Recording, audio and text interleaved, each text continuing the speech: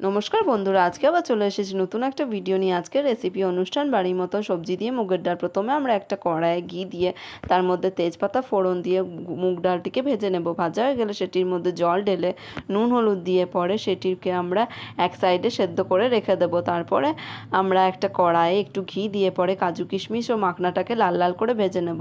তারপরে আরেকটু ঘি আর সাদা তেলের মধ্যে গোটা গরম মশলা ও জিরে ফোড়ন দিয়ে পরে তার মধ্যে আমরা আদা বাটা, কাঁচা লঙ্কা কুচি, টমেটো কুচি দিয়ে পরে একটু নাড়াচাড়া করে আরেকটা পাশে কড়াইয়ে আমরা সবজির মধ্যে গাজর, বিনস আর পনিরটিকে একটু ভাজা ভাজা করে সেটিকে মশলার মধ্যে দিয়ে পরে মটরশুঁটিও আমরা সেটির মধ্যে দিয়ে পরে জিরে, ধনে আর শুকনো লঙ্কা আর হলুদ গুঁড়ো দিয়ে পরে একটু নাড়াচাড়া করে কষানো হয়ে গেলে সেটির মধ্যে একটু চিনি দিয়ে পরে ডালটি দিয়ে পরে মাখনা কাজু কিশমিশ দিয়ে পরে আমরা সেটিকে একটু জল দিয়ে পরে গরম মশলা আর ঘি দিয়ে পরে পরিবেশন করব সবজির মুগের ডাল।